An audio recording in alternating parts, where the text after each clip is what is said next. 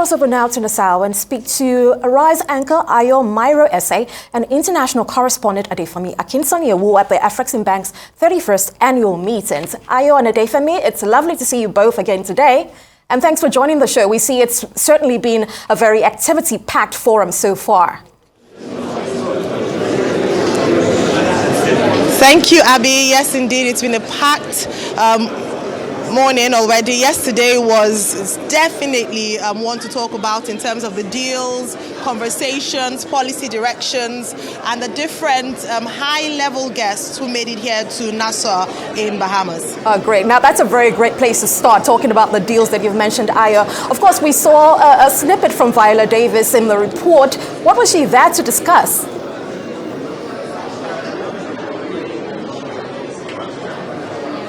Viola Davis, what was she here to discuss? I think that's what I heard.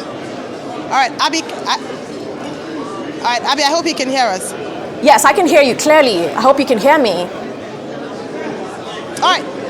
Okay, excellent. So yesterday we had award-winning actress Viola Davis, and she was here actually to sign a deal, a memorandum of intent with Afreximbank, as well as an opportunity to speak on the power of storytelling.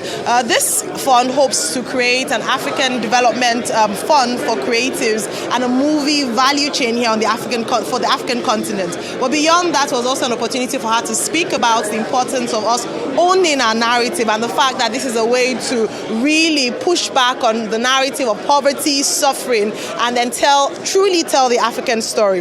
Beyond that, we also had a facility agreement deal between Afrexim and Etu Energies for local support for petroleum assets worth $430 million. And we hear that in a few minutes we'll also be having the first Bahamian trade agreement being signed here at the meeting. You know, with all of those numbers you said, Ayo, one would actually forget that Viola Davis looked the two of us in our eyes yesterday. Do you remember? Like, absolutely, absolutely. She and does. I feel like that is one of the lasting moments of yesterday for me personally, and I hope for you too, Abby. Yes, that's certainly very refreshing. I'm very jealous, guys. I really am. But of course, you know, very monumental deals as well. It's very great to hear about those deals as well. But of course, we also had our industrialist Aliko Dangote, who shared his candid thoughts about being an industrialist, but challenges therein. What were some of the big take-homes for you following this discussion at FME? Oh, absolutely. Listening to Aliko Dangote yesterday, it was such a candid conversation. When I saw him afterwards, I did tell him that I did think that was one of the first times I really felt that he was really sharing himself. And he told me, oh, no, this is how he always talks during his interviews. But it was such a powerful moment when we were listening to him talk about this journey he embarked on with the opening of not even just opening, the building of his refinery. He talked about the challenges from inception, and had he had the opportunity again, he wouldn't do it. And it is quite shocking to hear him say that he wouldn't have put himself through that stress again. And I do think that it is testament to his resilience, but also it highlights just how much of a change maker he is. Yeah. The fact that he was, and he not even just was, he had to then become, in order to overcome the challenges of building such an edifice in Nigeria. He had to be his own engineer, his own procurist, his own constructionist when it came to putting together the refinery. And in addition to that, he did share a bit more of the somewhat murky underworld where it comes to the oil industry. He did say, in jest, but he was quite serious that oil mafia are very, very much more dangerous than perhaps the drug mafia. So it did make a lot of people perk up and listen into what he meant. And he also quite positively talks about the impact Afreximbank and African lenders have had in this journey. He said quite candidly, quite openly, quite honestly that he would not have been able to complete the project were it not for Afreximbank. So it does show that these meetings, sometimes you can get lost in the celebrity, the business leaders, the presidents, the deals being signed, the numbers, the figures being jumped out, but to be able to quantify that and qualify that with an actual project that we can see here in our own country, in Nigeria, it was quite powerful in its entirety to listen to him talk about all of that. And I do think that when you are a serial entrepreneur, when you're a serial successful person, sometimes people can just assume things come quite easily to him. And he did a really great job of letting us know that it was quite a challenge. Many people advised him against it. When we spoke one-on-one, he talked about how representatives in Saudi Arabia, in innocent ways, said that this is not what an individual does. Sovereign countries do this. So it was quite interesting to hear him talk about the journey for the refinery. Well, absolutely spot on. And, undoubtedly, the magnitude and the impact of that project, not just for Nigerians, but, even for the global space is, cannot be overstated. So very refreshing to hear that. But Ayo, now in terms of speakers, we've seen the pedigree level and quality of speakers we've had so far. What individuals are on today's lineup, and who have you seen so far who is expected to be speaking today?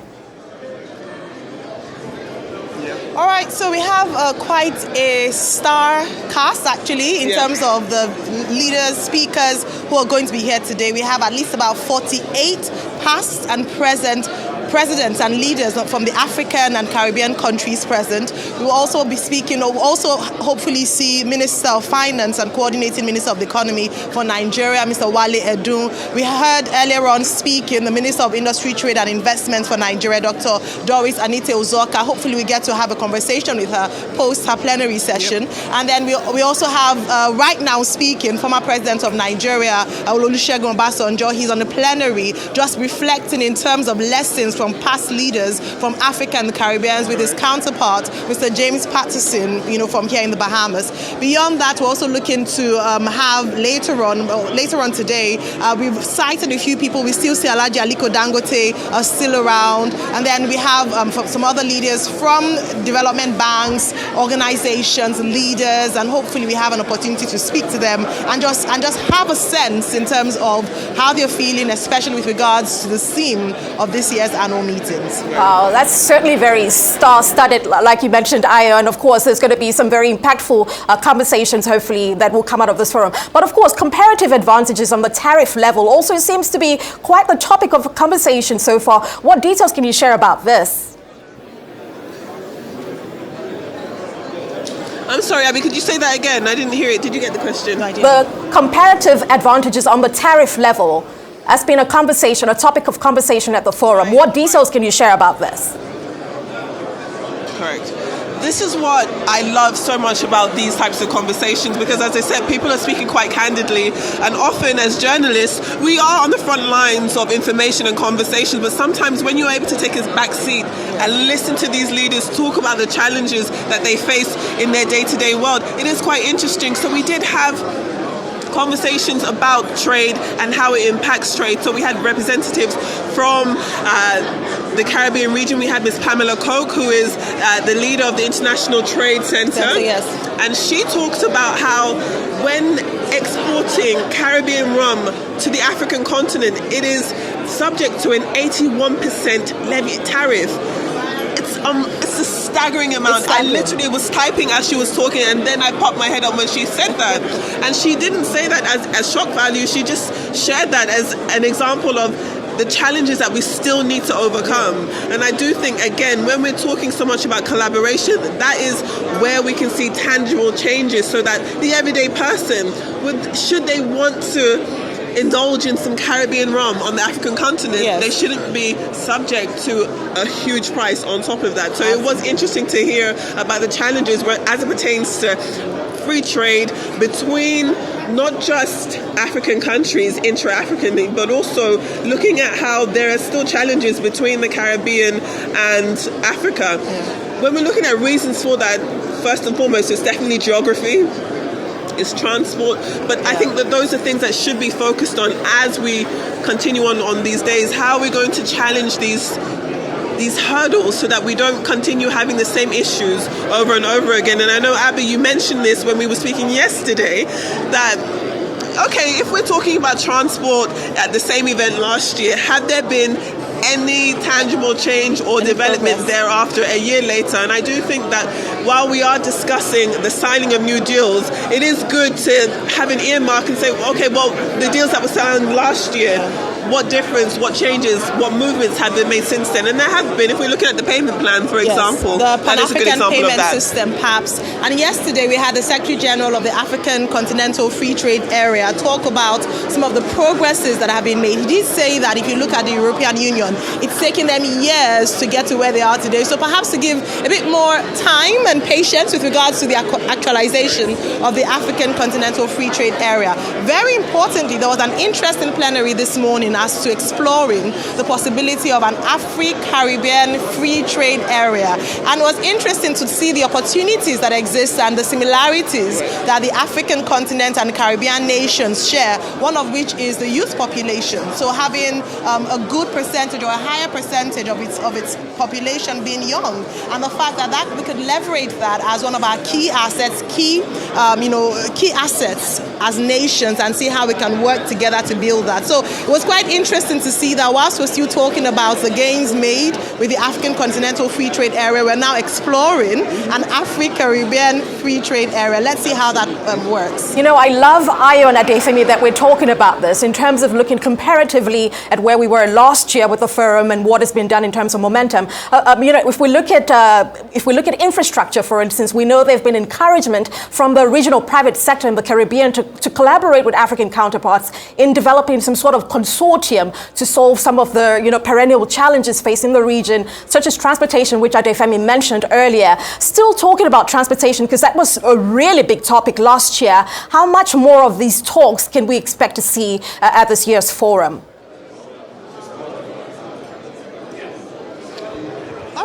Well, so with regards to transportation, I'll just say something and then Adefemi can come in as well. That has, of course, been a big topic with regards to barriers or movement of persons and goods and services across not just the African continent, but also, you know, between, now we're opening conversations around the African and Caribbean trade network. And I'm not sure how much progress has been made. I'm hoping, later on today also coming is President William Ruto of Kenya, and maybe we'll see perhaps progress made with countries who have opened up their borders, you know, visa-free, and that has come up consistently with speakers pushing, you know, to the fact that we cannot talk about trade across the African continent if we don't deal with the challenges of, you know, transportation. I think Alhaji Dangote also referred to his conversation at the Africa CEO Forum, where he had said it was easier to come from France and do business on the African continent than it is, you know, between African nations. Yes.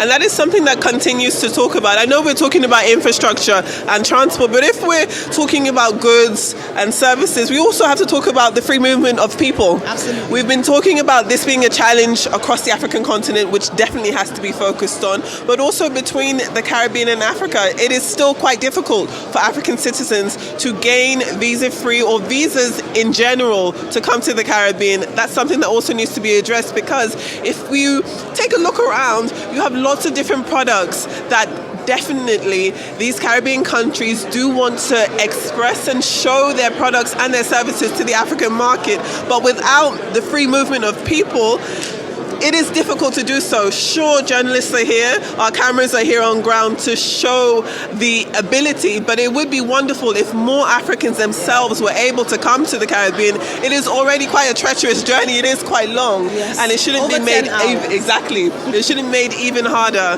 by visa issues, which is still something that we're going to have to talk about. And you mentioned that OBJ is on stage now. Hopefully we get a chance to speak to him, and he has been a lifelong Pan-Africanist. He is always talking about making sure the African people can trade freely in amongst with each other, especially as it pertains to personal travel. So that's definitely something that I'll be looking out for. I'll be hoping to ask him about too. Same here. Yes, please. We're certainly looking forward to all of that. Absolutely very well put. Ayo Myra Esse and Adefemi Akinsanya, many thanks for joining us.